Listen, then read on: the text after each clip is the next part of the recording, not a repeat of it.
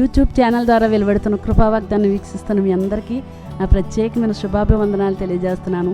మీకు మీ కుటుంబానికి సమాధానం కలుగునుగాక. దేవుడి దినాన్ని మనకిస్తున్న వాగ్దానం ధ్యానించుకుందామా?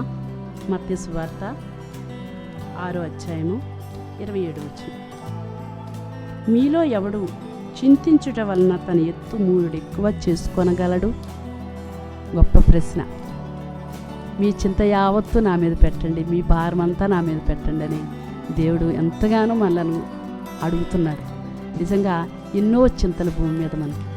నిద్ర లేచింది మొదలుకొని రాత్రి పరుండే వరకు కూడా ఎన్నెన్నో, 1 కాదు 2 కాదు 3 కాదు, ఎన్నెన్నో చింతలు. ఎందుకంటే చిన్న బిడ్డ, స్కూల్కి వెళ్ళే బిడ్డ మొదలుకొని చివరికి ఇంకా మరణిస్తానన్న వృద్ధుడి వరకు కూడా చింతే చింతే చింతే. ఈ చింతలన్నీ కూడా మనం ఈ మానవ శరీరంతో ఉన్న మనమందరం కూడా చింతలు మనం కలిగి ఉన్నాం. కానీ ఈ చింతలన్నీ, మన భారాలన్నీ మోయడానికి ఆయన భారమైన సిలువ మన కొరకు ఆయన మోసేడండి. నిజంగా ఇంత గొప్ప దేవుని మనం కలిగి ఉన్నామంటే మన భారాలు ఇంకా మనమే మోయాలనుకోవటం చాలా చేతకాంతనం. దేవుడి సన్నిధిలో మన భారం ఆయనకు అప్పగించినప్పుడు భారం లేకుండా ఏ మనిషి లేడు, చింత లేకుండా ఏ మనిషి లేడు. ఎందుకంటే చెప్పాను కదా, చిన్న బిడ్డ మొదలుకొని పెద్దవారి వరకు చింతే. చిన్న బిడ్డ ఆ పుస్తకాల బ్యాగ్ మొయ్యలేక రోజు స్కూల్కి అమ్మ వెళ్ళమంటే అతనికి ఎంతో భారం, ఎంతో భయం, ఎంతో వేదన. మొయ్యలేక ఆ బ్యాగ్ మోసుకుని వెళ్తారు. అలాగే పరీక్ష రాస్తున్న పిల్లలు ఇప్పుడు టెన్షన్. అయ్యో, ఈ ఎగ్జామ్ ఎలా రాస్తాను, ఎగ్జామ్ అసలు నాకు పాస్ అవుతానా, అసలు ఏ క్వశ్చన్స్ వస్తాయి, నేను చదివిన వస్తాయి లేదని టెన్షన్, అదో చింత. అలాగనే చదువుకున్న బిడ్డలు ఉద్యోగం రాక వాళ్ళు కూడా ఎంతో చింతిస్తూ ఉన్నారు. చాలామంది నిరుద్యోగులుగా ఉన్నారు. కొంతమంది వివాహాలు కాక, యవన బిడ్డల జీవితాలు వివాహాలు అవ్వక తల్లిదండ్రులు ఎంతో చింత కలిగి ఉన్నారు కదా. ఉద్యోగాలు రాక కొంతమంది పిల్లలు, వివాహాలు అవ్వక కొంతమంది పిల్లలు, కొంతమంది అయితే పురుషగా ఉన్నామని చింత.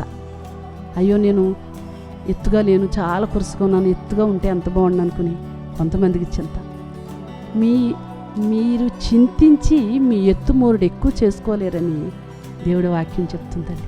ఎందుకంటే ఆకాశ పక్షులను చూడండి, అవి విత్తవు, కోయవు, కొట్లలో కూర్చుకో, కానీ వాటి భారమంతా భరిస్తున్న దేవుడు.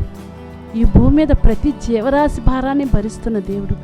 ఏ పక్షికి ఏ ఆహారం ఎప్పుడు అవసరం, ఏ మనిషికి ఏది ఏ కార్యం ఎప్పుడు అవసరమో అన్నీ తెలుసున్న దేవుడు, సర్వాంతర్యామైన ఆ దేవాది దేవుడు మనం కలిగి ఉన్నాం. కాబట్టి మనకున్న చింతలు, మనకున్న భారాలు, మనకున్నటువంటి ఈ సమస్యలు, అప్పుల బాధలు, రుణబంధకాలు, రకరకాల రోగాలు, కుటుంబంలో ఇబ్బందులు, ఇవన్నీ కూడా రోజు ఈ మనిషి చింతించే పరిస్థితే. కానీ దేవుడు చెప్తున్నాడు, నీ భారం యెహోవా మీద మోపము, అప్పుడు నీ ఉద్దేశాన్ని సఫలం చేస్తాను. ఇవన్నీ కూడా మనకు దేవుడిచ్చిన వాగ్దానాలే కదా. ఆయనను మనం ఈ మానవ స్వభావంతో కొన్నిసార్లు చింతిస్తూ ఉంటాం, నలిగిపోతుంటాం, తట్టుకోలేని సమస్యలతో మనం వేసారిపోతుంటాం. కానీ దేవుడి ఉదయకాలం నీకు ఇస్తున్న వాగ్దానం ఏంటంటే, నీ చింతించి నీ ఎత్తుమూరుడు ఎక్కువ చేసుకోగలవా? ఈ మాత్రం చేసుకోలేవు. నువ్వు చింతించి నలిగిపోయి టెన్షన్ పెట్టుకుని నీకు షుగర్, బీపీ ఇలాంటి రోగాలు రావడం తప్పించి నీవేమి సమస్యను నీ ద్వారా ఏది కూడా నువ్వు తీర్చుకోలేవు. నీ సమస్యన్ని నాకివ్వి, నేను మోస్తాను, నేను భరిస్తాను, నేను తీరుస్తాను అంటున్నాడు.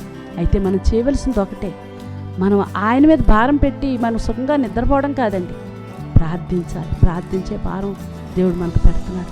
మనకున్న ఏ భారమైనా దేవునికి అప్పగించి, ప్రభువా ఇదిగో ఈ సమస్యను తీర్చు, ఈ భారాన్ని తొలగించి, చింతను తీర్చు, నా బిడ్డకి వివాహం చేయి, నా బాధ్యతలను తీర్చు అని మనము దివారాత్రులు కూడా ఆయన సన్నిధిలో గోజాడినట్లయితే, ప్రార్థించినట్లయితే, ఆయన మందిరంలో మనం కన్నీరు కార్చి దేవుడి సన్నిధిలో అడిగినట్లయితే, దేవుడి దినాన్ని నీ చింతను తొలగిస్తాను, నీ భారాన్ని తీసివేస్తాను, నీ చింతను మోయొద్దు, నీ భారం నువ్వు మోయొద్దు, నేను మోస్తాను అని ఆయన వాగ్దానం చేస్తున్నాడు. నీ భారం దేవునికి అప్పగిస్తావా? దినాన్ని నీ చింత దేవునికి అప్పగిస్తావా? నీ సమస్యలు దేవుడికి అప్పగిస్తావా? నీ నలుగురు అంతా కూడా దేవునికి అప్పగిస్తావా? ఇదిగో దేవుడు ఆ వాగ్దానాన్ని నీ జీవితంలో నెరవేర్చడానికి ఇష్టపడుతున్నాడు. ప్రార్థించుకుందాం.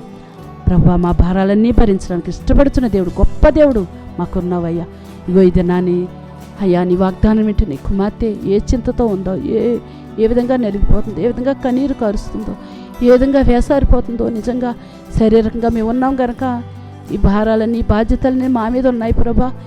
ఇవన్నీ కూడా తొలగించడానికి దేవుడు అయ్యా మాకున్నావు ప్రభా.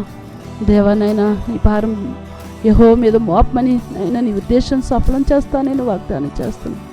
ఇదిగోనైనా మా భారాలన్నీ భరించే దేవుడు, ఇదిగో నీ బిడ్డల జీవితంలో ఏ భారాలు ఉన్నాయో, ఏ బరువులు ఉన్నాయో, ఏ విధమైన సమస్యలు ఉన్నాయో అవన్నీ తొలగించి బిడ్డలందరినీ కూడా మీరే నెమ్మదిపరిచి సమాధానం పరిచి అయ్యా కుటుంబంలో గొప్ప కార్యాలు జరిగించమని, చింతలన్నీ తొలగించి ప్రశాంతత దయచేయమని యేసు క్రీస్తు ఉన్నతమైన నామములో ప్రార్థిస్తున్నాను తండ్రి.